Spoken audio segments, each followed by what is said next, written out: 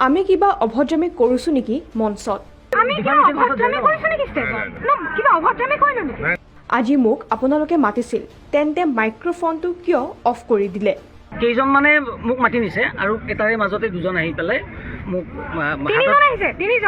মানে microphone of কৰিছে। কমিটিৰ অনুৰোধত মঞ্চত উঠিছিল কণ্ঠশিল্পী দিগন্ত ভাৰতী। সম্বৰ্ধনা জনোৱাৰ পিছতে ৰাইজৰ সন্মুখতে শিল্পীগৰাকীক কৰা হ'ল অপদস্থ।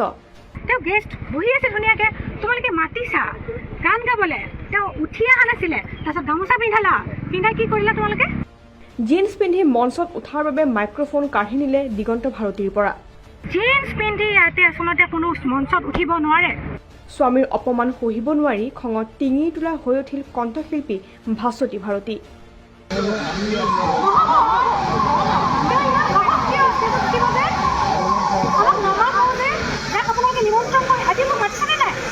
ৰাজ্যত বৰ্তমান ৰঙালীৰ পাৰ ভঙা উচাহ। ভিন্ন প্ৰান্তত প্ৰিয় কণ্ঠশিল্পীসকলৰ গীত উপভোগ কৰিছে অগণন সংগীত প্ৰেমী ৰাইজে। কিন্তু তাৰ মাজতে পূব গুৱাহাটীৰ বিহু মঞ্চত সংঘটিত হয় এক দুৰ্ভাগ্যজনক ঘটনা। বহাগৰ মঞ্চত অপমানিত হ'ল পুনৰ এগৰাকী কণ্ঠশিল্পী আৰু এইবাৰ অপমানিত হ'ব লগা হ'ল সংগীত শিল্পী দিগন্ত ভাৰতী।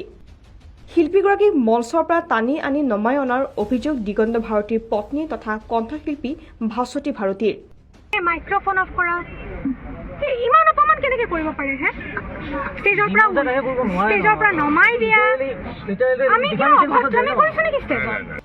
মঞ্চত জিন্স পিন্ধি উঠাৰ বাবেই সম্বৰ্ধনা জনোৱাৰ পিছতে কমিটিৰ বিষয়ববীয়াই ৰাইজৰ সন্মুখতে জোৰ কৰি টানি নমাই অনাৰ অভিযোগ উত্থাপন কৰিছে কণ্ঠশিল্পী ভাস্বতী ভাৰতীয়ে।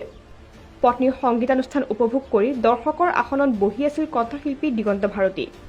ইচ্ছা নথকাৰ স্বত্বেও কমিটিৰ বিষয়ববীয়াৰ অনুৰোধত মঞ্চলৈ গৈ অলপ গুণগুণাইছিলে কণ্ঠশিল্পীগৰাকীয়ে আৰু তাৰ পিছতে ঘটিল এই অঘটন। অনুষ্ঠান চলি থকাৰ মাজতে সীমান্ত ঠাকুৰীয়াসহ আন দুজন বিষয়ববীয়া মঞ্চত উপস্থিত হৈ মাইক্ৰফোন টানি আনে দিগন্ত ভাৰতীৰ হাতৰ পৰা। সীমান্ত ঠাকুৰীয়াসহ পূব গুৱাহাটী বিহু সন্মিলনীৰ একাংশ বিষয়ববীয়াই সুৰাপান কৰি থকাৰো অভিযোগ উত্থাপন কৰিছে কণ্ঠশিল্পী ভাস্বতী ভাৰতীয়ে। সীমান্ত ঠাকুৰীয়াৰ মুখত গোন্ধ, সুৰাপান, মদৰ গোন্ধ। আৰু আছে দুজন, তেওঁলোকৰ গোটেই মদাহী। পত্নীৰ সংগীতানুষ্ঠান উপভোগ কৰিবলৈ আহি কমিটিৰ ৰোষত পৰাৰ বাবে অপমানিত হৈছে কণ্ঠশিল্পী দিগন্ত ভাৰতীৰ লগতে তেওঁৰ পত্নী ভাস্বতী ভাৰতী, যাৰ বাবে আধাতে অনুষ্ঠান সামৰিলে কণ্ঠশিল্পীগৰাকীয়ে। আৰু কিমান দিনলৈ এনেদৰে বিহু মঞ্চত অপমানিত কৰা হ'ব শিল্পী সত্তাসমূহক, তাক লৈ এতিয়া প্ৰশ্ন উত্থাপন হৈছে একাংশ লোকৰ মনত। নিউজ ডেস্ক ৰিপৰ্ট, কাৰেঞ্চন আছাম। মইতো নিজে উঠা নাই, মইতো গান গাব গুচি গ'ল। কমিটিৰ বেলেগ মানুহ আছে, চবেই মদ খোৱা নাই দেই, এইটো মিছা কথা। কিন্তু এইকেইজন মানুহক তোমালোকে পাৰ্মিশ্যন কিয় দিলা? মোক লাগে, আমি ধুনীয়াকে মঞ্চত গান গাই আছো।